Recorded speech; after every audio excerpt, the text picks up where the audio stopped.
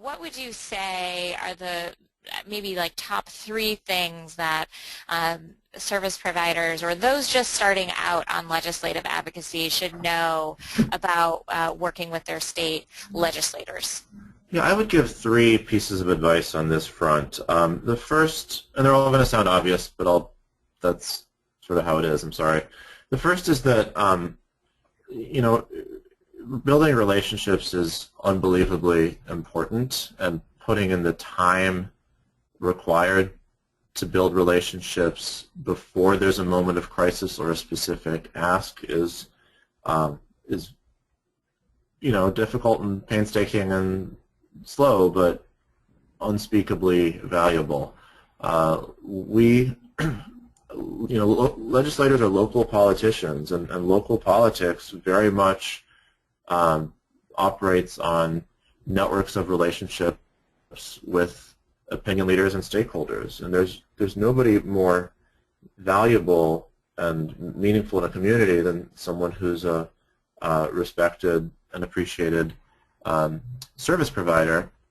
And so legislators want to have those relationships because they educate legislators about the needs and current situations in their community. And so if you're prepared to take the time, you know, not on a daily basis, but on a quarterly basis, to be in touch and, you know, get together for coffee and make that relationship stronger so that you become a trusted source of information, then when the legislator is in a position of needing to make a decision that's really important to you, it will be organic and easy for you to be a key influencer in that decision. So I would say just be meticulous and start building that relationship when you don't need something, and try to keep the interaction on a I don't yet need something basis for as long as possible, ideally certainly months and not weeks,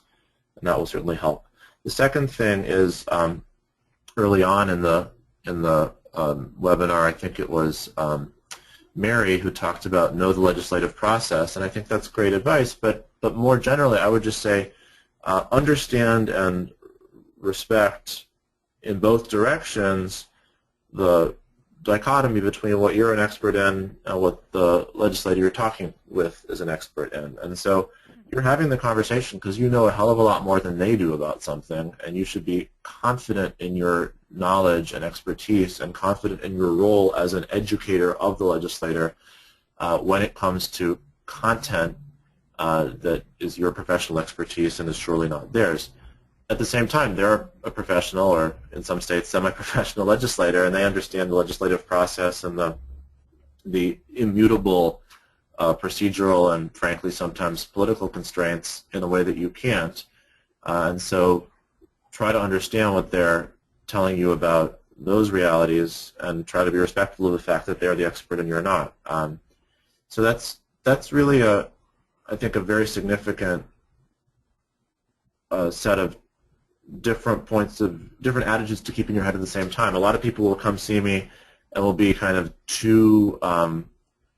shy or too, you know, deferent, frankly, when all I want is for them to tell me something that I don't know anything about and they've been doing for 30 years, and I don't want them to be anything other than confident and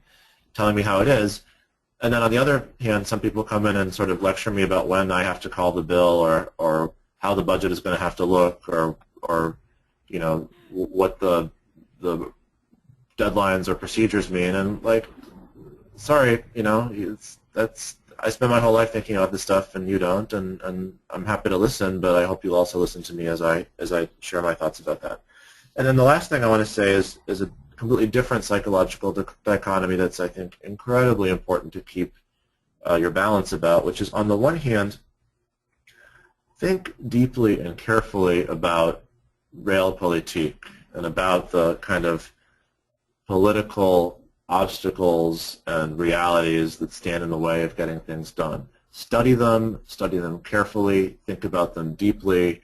work around them, and recognize them for what they are. At the same time, never start to accept that which you shouldn't accept. And so again, I find a lot of people are like unwilling to live in the world as it is and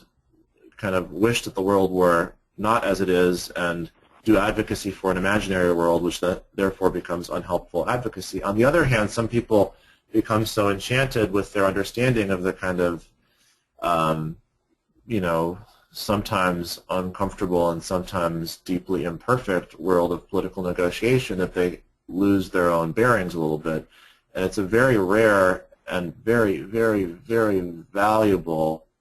advocate who's able to simultaneously really understand how things are and why they are that way, and at the same time maintain a clear head about how things ought to be and what is worth fighting for and what is the difference between understanding that something is a certain way